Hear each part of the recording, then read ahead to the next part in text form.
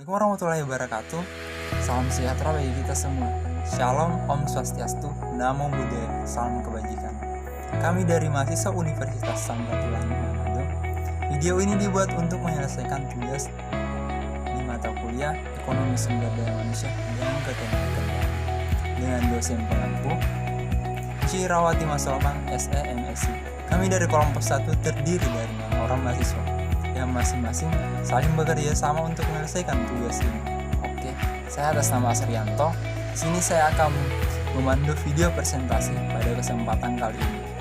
Saya sendiri sebagai ketua kelompok dengan NIM 1906 1110 1118. Michi Kriman dengan NIM 1606 1110 1133. Jose Pangau dengan NIM 1906 1110 1116.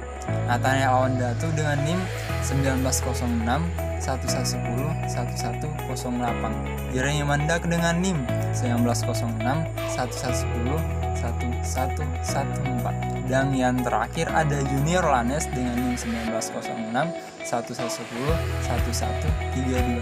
Kami dari kelompok 1 akan membahas tentang yang pertama, ruang lingkup ekonomi sumber daya manusia, dan yang kedua, peran dan fungsi ekonomi sumber daya manusia dalam ekonomi itu sendiri. Oke.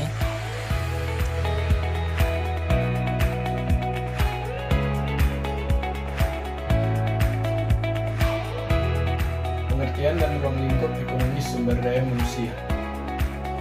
Pengertian ekonomi sumber daya manusia adalah ilmu ekonomi yang diterapkan untuk menganalisis pembentukan dan pemanfaatan sumber daya manusia yang berkaitan dengan pembangunan ekonomi.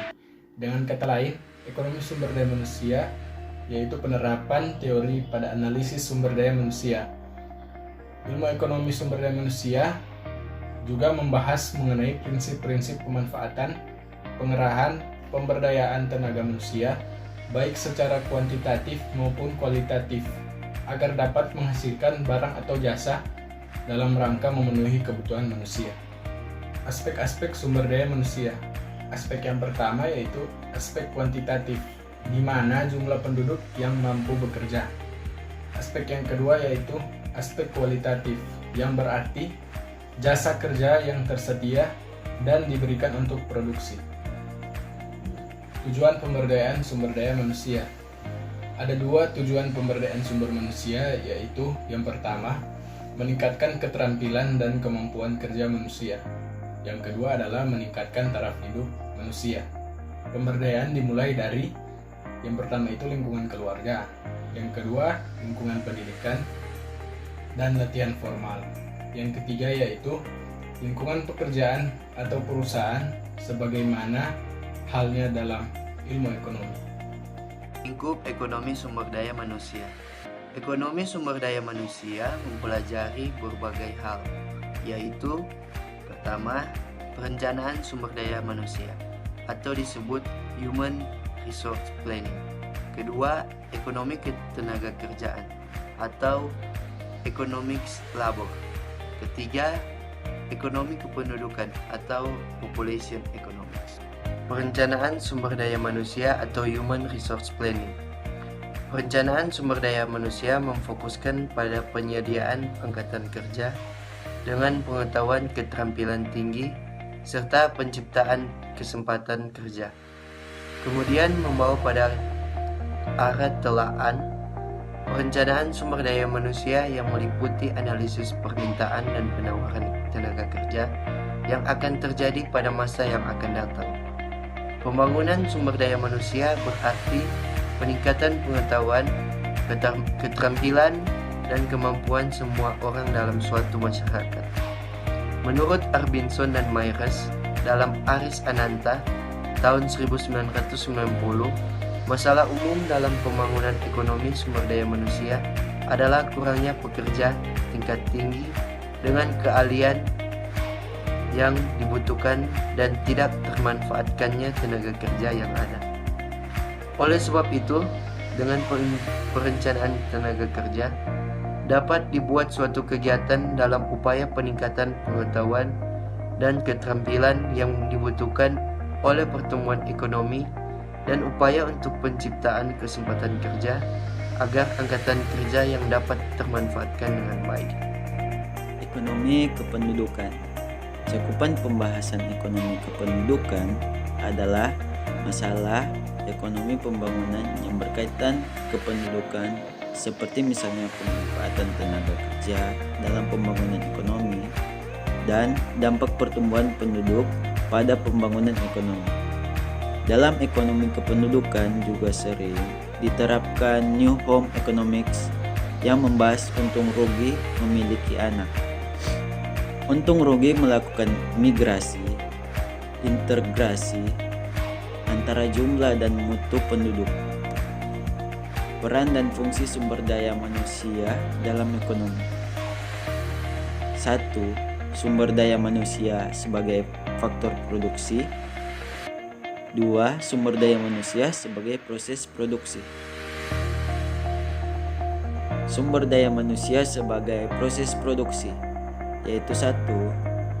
Sumber daya manusia juga terbatas. Hal ini dapat dilogikakan dengan sebagai faktor produksi. Sumber daya manusia dituntut dalam hal kuantitas, dalam arti jumlah penduduk yang mampu bekerja atau manpower, ataupun penduduk dalam usia kerja. Kedua, sumber daya manusia juga dituntut dalam hal kualitas, dalam arti jasa kerja yang tersedia dan diberikan dalam produksi. Ketiga, sumber daya manusia dituntut untuk dapat menguasai teknologi sehingga dapat meningkatkan produktivitas perekonomian. 4. Mencapai sumber daya manusia yang berkualitas juga dibutuhkan pembentukan modal manusia atau human capital yang cukup besar. Sumber daya manusia sebagai proses produksi. SDM sebagai proses produksi yakni bahwa manusia itu sendiri yang terdapat dan melakukan proses produksi. Misalnya seperti menjadi faktor produksi, modal non-material atau sebagai penggerak, pengawas, dan lain sebagainya dalam dan selama produksi.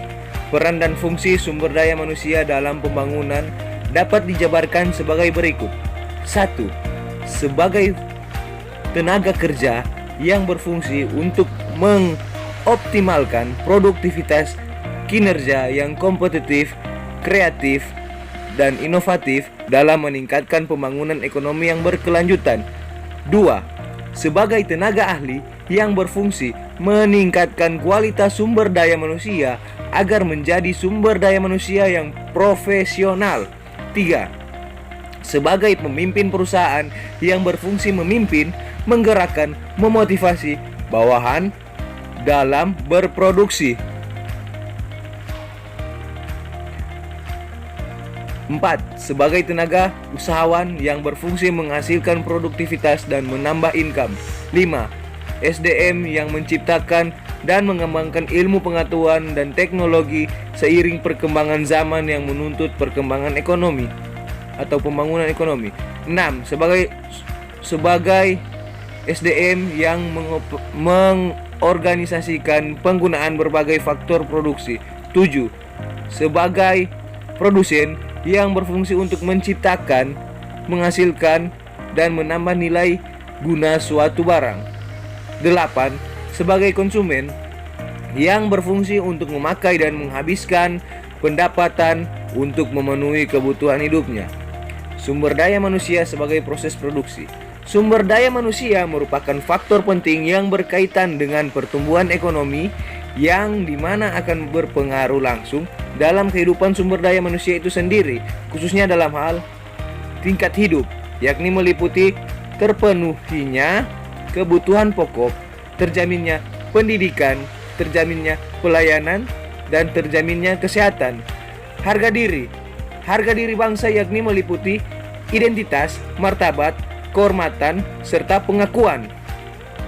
Kebebasan Kebebasan yakni meliputi bebas dari dominasi asing dan bebas untuk memilih gaya hidup. Sekian dari saya. Terima kasih. Waktunya yang telah menonton video ini sampai habis. Kami dari kelompok 1 pamit undur diri. Assalamualaikum warahmatullahi wabarakatuh. Shalom, Om Santi Santi Om.